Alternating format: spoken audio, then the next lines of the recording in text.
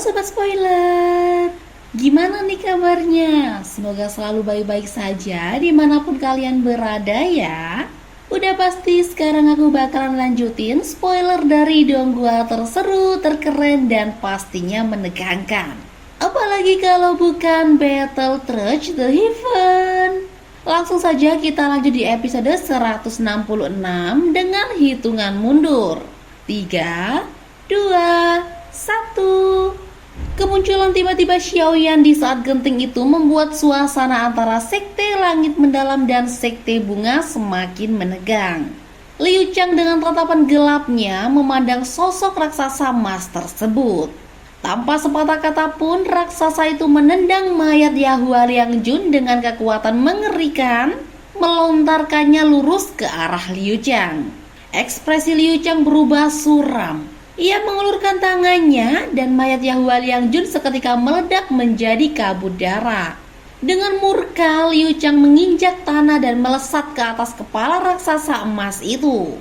Ia berteriak keras, mengalirkan doki dari tubuhnya yang dengan cepat membentuk naga hitam raksasa. Naga itu meraung ganas, menyerbu raksasa emas dengan kekuatan mengejutkan. Namun serangan tersebut dengan mudah diatasi oleh tinju emas Xiaoyan. Naga hitam besar itu hancur berkeping dan sisa badai energinya menghantam tubuh Liu Chang. Tubuhnya terdorong mundur hingga menabrak batu besar setinggi 100 kaki yang langsung retak dan hancur menjadi debu. Para tetua sekte langit mendalam terkejut. Liu Chang yang berada di puncak kelas Douzun kalah hanya dalam satu pukulan. Kengerian segera muncul di mata mereka. Liu Chang berjuang bangkit dari debu, sudut bibirnya berdarah. Ia meraung marah, lalu memerintahkan tetua Q dan lainnya untuk menyerang bersama. Tetua berkulit hitam seperti bambu itu mengatupkan gigi, mengangguk dengan wajah kelam. Segera, lebih dari 10 elit Douzun mengarahkan doki mereka secara bersamaan, melancarkan serangan-serangan kuat yang merobek ruang. "Waspada!" teriak Yun Yun memperingatkan. Namun raksasa emas itu justru maju, melangkah besar-besar hingga tanah bergetar. Cahaya emas memancar dari tubuhnya, membuatnya tampak seperti patung logam yang merah. Tanpa menggunakan keterampilan doa apapun, setiap bagian dari tubuhnya memancarkan kekuatan penghancur. Pukulannya membuat ruang runtuh. Tinju emas raksasa itu menghantam serangan gabungan para elit Douzun, menyebabkan semua keterampilan Do meledak. Badai energi yang menakutkan menerobos, menghantam tubuh para ahli sekte langit mendalam. Semua ahli memuntahkan darah segar kecuali Liu Chang dan tetua hitam seperti bambu. Tubuh mereka terlempar jauh dan jatuh berguling di tanah. Liu Chang mulai menunjukkan ekspresi ketakutan. Para ahli sektenya tergeletak tak berdaya, tidak jelas apakah mereka masih hidup atau telah mati. Meskipun diserang bersama-sama, mereka tidak mampu melukai raksasa emas itu sedikit pun. Rasa dingin menjalari hati Liu Chang saat tatapan emas yang dingin itu beralih ke arahnya. Ia mencoba berbicara, namun raksasa itu mengabaikannya. Bayangan besar raksasa itu melangkah mendekat seperti dewa kematian yang turun dari langit. Menyadari niat membunuh yang terpancar, Liu Chang menginjak tanah dan melarikan diri secepat kilat. Amarah masih berkelebat di matanya. Namun saat ia melarikan diri, cahaya emas tiba-tiba berkelebat di langit. Raksasa itu muncul di belakangnya, membuat hati Liu Chang dipenuhi ketidakpercayaan sesaat sebelum tinju logam emas menghantam punggungnya. Pertahanan doki Liu Chang sama sekali tak berguna. Kekuatan dahsyat itu menghancurkan organ dalam dan meremukkan tulang-tulangnya menjadi debu. Liu Chang memuntahkan darah bercampur potongan organ yang hancur. Ekspresi garang masih di wajahnya, namun kehidupan dengan cepat memudar dari matanya. Hanya dengan satu pukulan Liu Chang tewas. Raksasa emas itu mendarat di depan Yun Yun, membuat para tetua sekte bunga terkejut. Tatapan emasnya kemudian menoleh ke langit udara ke arah para anggota sekte langit mendalam yang melarikan diri. Angin berdesir, sosok hitam jatuh menghantam tanah. Tetua sekte itu yang sebelumnya melarikan diri. Beberapa sosok hitam lainnya berkumpul di belakangnya di tanah lapang. Yun mengamati mereka. Matanya terfokus pada seorang wanita dingin dan cantik yang membuatnya terkejut. Chailin menatap Yun sejenak sebelum beralih ke raksasa emas, mendengus lembut. Yun sedikit terkejut saat tatapan Chailin menyapanya. Lalu matanya beralih pada raksasa emas sambil bergumam pelan. Mungkinkah ini Xiaoyan? Sosok Nalan Yanran di sampingnya membeku. Ia menatap dengan tak percaya bahwa sosok kuat yang menumpas kelompok sekte langit mendalam sendirian itu adalah Xiaoyan. Di saat itu cahaya emas meledak dari tubuh raksasa. Wujudnya menyusut cepat kembali menjadi sosok kurus dalam sekejap. Ketika ia berbalik, wajah yang mereka kenal muncul di hadapan Yun dan Nalan Yanran. Yun tertegun lalu tersenyum pahit. Pertemuan mereka kembali di tempat seperti ini sungguh tak terduga. Xiaoyan menghampirinya mengeluarkan botol giok berisi pil obat dari cincin penyimpanan. Yun mengerti maksudnya, mengambil satu pil untuk dirinya lalu menyerahkan sisanya pada Nalan Yanran untuk dibagikan kepada tetua sekte bunga yang terluka. Setelah menelan pil itu, kondisi Yun membaik sedikit. Pandangannya kembali pada Xiaoyan dan Chailin. Xiaoyan menjelaskan bahwa kelompoknya secara tak sengaja masuk ke wilayah kuno Westland, bertemu anggota sekte langit mendalam lalu merasakan keberadaan kelompok Yun. Yun mengangguk mengerti. Tatapannya lalu terarah ke Chailin. Pertemuan di sini benar-benar di luar dugaan.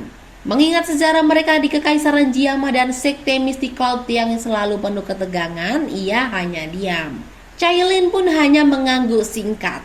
Suasana menjadi sedikit canggung. Tak lama seorang tetua sekte bunga mendekati Xiaoyan untuk mengucapkan terima kasih. Xiaoyan merendah, mengatakan bahwa semua ini berkat hubungan baik antara Pavilion Bintang Jatuh dan sekte bunga, serta perkenalannya dengan Yun. Ia kemudian bertanya berapa lama mereka berada di wilayah kuno. Yun menjelaskan hampir 5 hari, namun perjalanan mereka lambat karena rute yang salah, serangan binatang buas, dan gangguan dari sekte langit mendalam yang menewaskan tetua Qinghua. Xiaoyan mengangguk, lalu menanyakan kabar faksi lain. Yun menjawab, kemungkinan besar mereka menuju panggung wilayah kuno, area relatif aman namun masih 2 hari perjalanan dari sini. Mendengar itu Xiaoyan merenung. Ia membutuhkan jantung bodhisattva, namun tahu mendapatkannya sendirian mustahil. Ia harus memanfaatkan kekuatan faksi lain, apalagi kemungkinan besar akan berhadapan dengan musuh seperti Hall of Soul. Untuk saat ini menuju panggung wilayah kuno adalah prioritas. Xiaoyan mengusulkan agar mereka bergabung untuk kekuatan dan keamanan. Yun setelah berpikir tentang kondisi kelompoknya yang terluka, setuju. Namun ia memilih rute timur, rute barat dijaga oleh Ancient Heaven Demon Python, binatang iblis surgawi kuno yang sangat kuat. Mendengar namanya, Xiaoyan tertarik. Darah piton itu dapat memperkuat tubuh fisiknya. Ia pun berniat mencarinya. Kelompok Yun terkejut akan rencana nekat itu, namun akhirnya setuju. Mereka beristirahat setengah jam sebelum berangkat. Saat beristirahat, Xiaoyan tiba-tiba menyuruh semua orang menyembunyikan aura. Ia merasakan ada yang mendekat. Mereka bersembunyi di hutan. Tak lama kemudian sekelompok besar sosok terbang melintas di langit. Xiaoyan mengenali pemimpin mereka, Feng King Arthur, dari suku Heaven Demon Ponic. Kekuatan pria itu telah melesat jauh sejak terakhir kali mereka bertemu, bahkan melebihi Dosun puncak biasa. Tekanan samar dari darah Ponic surga kuno jelas terasa.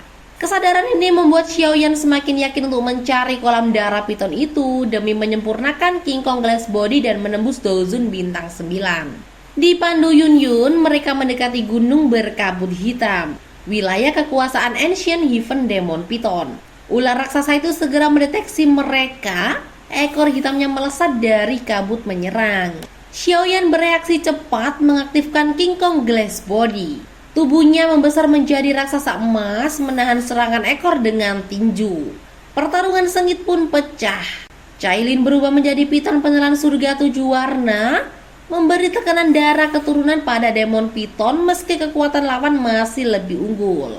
Xiaoyan dan tim menyerang dari berbagai arah, namun Demon Python tetap fokus membalas Xiaoyan. Ia menahan rasa sakit, mencengkram ekor piton, menyalurkan api ungu coklat membakar kabut hitam pelindungnya. Piton itu mengamuk, menghancurkan gunung di sekitarnya. Di tengah kekacauan, Cailin memberikan instruksi. Xiaoyan memutar paksa kepala piton agar tatapannya bertemu dengan mata hijau giok Cailin yang memancarkan 3 bunga berputar. Tubuh piton raksasa itu seketika menegang, keganasan di matanya memudar. Xiaoyan lega, namun ragu apakah kekuatan Cailin cukup untuk mengendalikan makhluk sekuat itu. Keraguannya terbukti, ular iblis itu mulai melawan. Tubuhnya bergetar dan kabut hitam pekat kembali menyelimuti tubuhnya. Menyadari kesulitan itu, Xiaoyan segera melancarkan api surgawi untuk membakar kabut hitam yang menyelimuti ular iblis tersebut. Secara bersamaan, Xiaoyan memerintahkan penekanan lebih lanjut. Cailin dalam wujud piton penelan surga 7 warna mengerahkan tekanan spiritual yang berasal dari garis keturunannya. Tekanan jiwa ini berhasil menyurutkan kabut hitam yang menyelimuti ular iblis tersebut.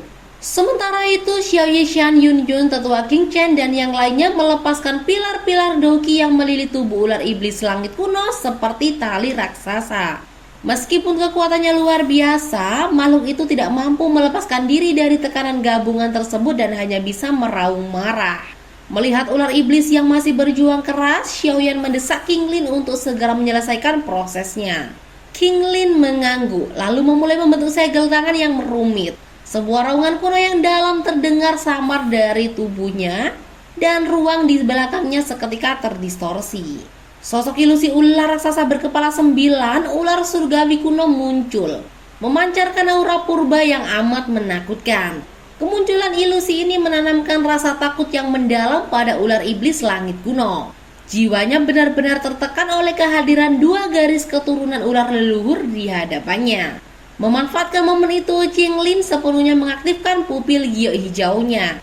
3 bunga di matanya mekar, menampakkan pupil iblis berwarna hijau giok yang dingin di tengahnya.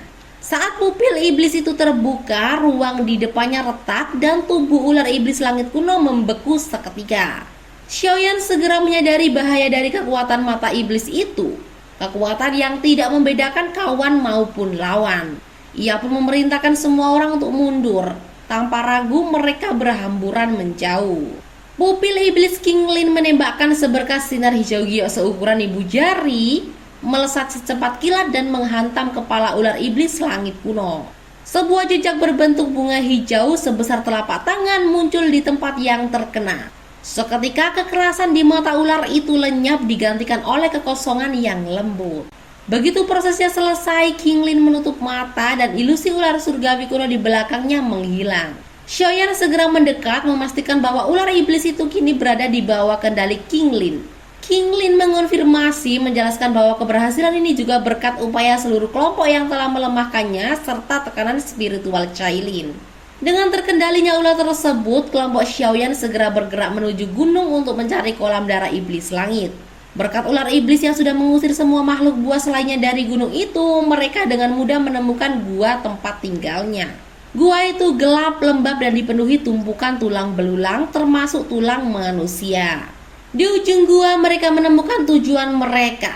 Sebuah kolam berdiameter 100 kaki berisi darah kental berwarna merah cerah yang memancarkan energi padat dan ganas. Xiaoyan akhirnya memutuskan untuk menggunakan kolam darah ini untuk memperkuat dirinya. Memperkirakan prosesnya akan memakan waktu 2 hingga 3 hari.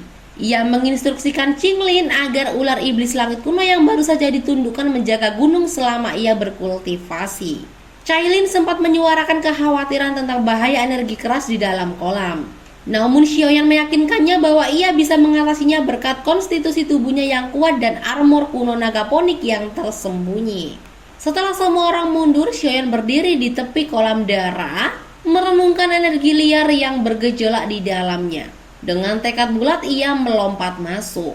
Begitu tubuhnya menyentuh cairan itu, kolam darah yang semula tenang mendidih hebat, mengeluarkan suara misterius seperti guntur yang bergema jauh ke kejauhan. Energi liar yang penuh kekerasan segera menyelimuti tubuhnya, menimbulkan rasa sakit korosif yang menusuk hingga ke tulang. Asap putih mengepul saat energi itu bersentuhan dengan kulitnya. Menahan rasa sakit, Xiaoyan membentuk segel tangan dan melepaskan api surgawi dari tubuhnya, membentuk penghalang api pelindung. Api itu menguapkan sifat liar energi kolam, menyisakan hanya energi murni yang lembut. Setelah disempurnakan oleh api surgawi, energi murni ini mulai meresap ke dalam tubuhnya. Gelombang demi gelombang energi murni terus memasuki tubuhnya, membuat kekuatan fisiknya perlahan meningkat. Ia menyadari tempat ini adalah lokasi latihan sempurna untuk menyempurnakan King Kong Glass Body dan menembus bintang ke-9 Dozun. Energi di kolam ini hasil akumulasi ratusan tahun oleh Ancient Haven Demon Python sangatlah besar, namun tidak murni dan mematikan bagi kultivator biasa. Berkat api surgawinya, ketidakmurnian itu lenyap meninggalkan esensi yang bermanfaat. Xiaoyan duduk bersila di tengah kolam, menyerap energi tanpa henti, matanya terpejam menanti momen terobosannya. 2 hari berlalu. Di luar gua, Cailin, Xiao Yishan, Yun dan lainnya menunggu di gunung yang dijaga oleh ular iblis langit kuno. Kehadiran makhluk puncak kelas Dozun itu menghalangi para ahli lain yang mencoba mendekat, memberikan ketenangan bagi kelompok tersebut. Beralih ke dalam gua, air di Heaven Demon Blood Pool telah berkurang setengahnya. Warnanya memudar karena sebagian besar energinya telah diserap oleh Xiaoyan. Separuh tubuhnya yang terlihat tampak kemerahan, namun ia tetap tak bergerak seperti patung. Energi dahsyat bergejolak di dalamnya seperti gunung berapi yang menunggu meletus. Hari ketiga tiba. Air di kolam benar-benar habis, memperlihatkan tumpukan tulang putih di dasarnya. Xiaoyan duduk di antara tulang-tulang itu, cahaya merah darah samar menyebar di bawah kulitnya. Sekitar 2 jam kemudian, riak tak kasat mata tiba-tiba menyapu dari tubuhnya, menghancurkan tulang-tulang di sekitarnya menjadi debu dan mengguncang seluruh gua. Aura Xiaoyan melonjak secepat kilat, sekeras guntur. Suara teredap terdengar dari dalam jiwanya saat doukinya melonjak liar. Retakan menyebar dari tempat duduknya, merayap di dasar kolam. Mata Xiaoyan yang tertutup rapat tiba-tiba terbuka, kilatan darah berkelebat di dalamnya. Ia mengaktifkan King Kong Glass Body. Cahaya emas cemerlang memancar saat tubuhnya membengkak cepat hingga mencapai ketinggian 89 kaki, lalu sedikit melambat. Dengan teriakan penuh tekad, ia memecahkan batas itu mencapai 90 kaki penuh. Sosok raksasa emas berdiri gagah di dalam gunung, memancarkan aura yang tak terbendung. Ia menekuk kakinya dan menghentak tanah keras-keras, membuat tanah di sekitarnya amblas. Seperti bola meriam, ia melesat ke atas, menembus puncak gunung membentuk terowongan besar. Dalam sekejap, Xiaoyan sudah berada di langit. Raksasa emas itu melepaskan raungan dahsyat yang mengguncang bumi. Kelompok Cailin yang merasakan getaran hebat segera terbang dan menyaksikan pemandangan tersebut. Cailin menatap auranya, bergumam, mungkinkah Xiaoyan telah menembus ke bintang 9 Dozun? Tetua King Chen dan para tetua sekte bunga menghela nafas kagum, merasa malu dibandingkan kemajuan pesatnya. Naranianan menatapnya dengan mata suram. Pria yang dulu ia anggap sampah kini telah melampauinya jauh. Perasaan samar mulai tumbuh, meski ia tahu itu mungkin hanya angan-angan sepihak. Gemuruh dahsyat seperti guntur perlahan mereda. Sosok kemasan itu menyusut kembali ke bentuk aslinya, lalu melesat turun seperti cahaya emas. Disambut tatapan penuh perhatian dari semua orang. Tetua King Chen tersenyum lebar memberi selamat. Xiaoyan membalasnya dengan tawa, mengakui bahwa terobosan ini adalah keuntungan besar. Ia merasakan tubuhnya kini penuh kekuatan jauh lebih kuat dari 3 hari lalu. Berada di puncak Dozun bintang 8 dan selangkah lagi menuju bintang ke-9, ia memperkirakan bahwa jika menggabungkan King Kong Glass Body dan kekuatan Tato Clan, ia akan setara dengan ahli Dozun 4 atau 5 berubahan. Bahkan dengan tambahan Great Heaven Creation Palm dan keterampilan Do kuat lainnya, ia yakin mampu melawan ahli Dozun 6 perubahan. Nah, sampai sini dulu guys. Tunggu kelanjutan ceritanya ya. Jangan lupa juga like, share, dan subscribe supaya nggak ketinggalan spoiler dari Battle Touch the Heaven. Sampai ketemu di video berikutnya ya. Bye-bye.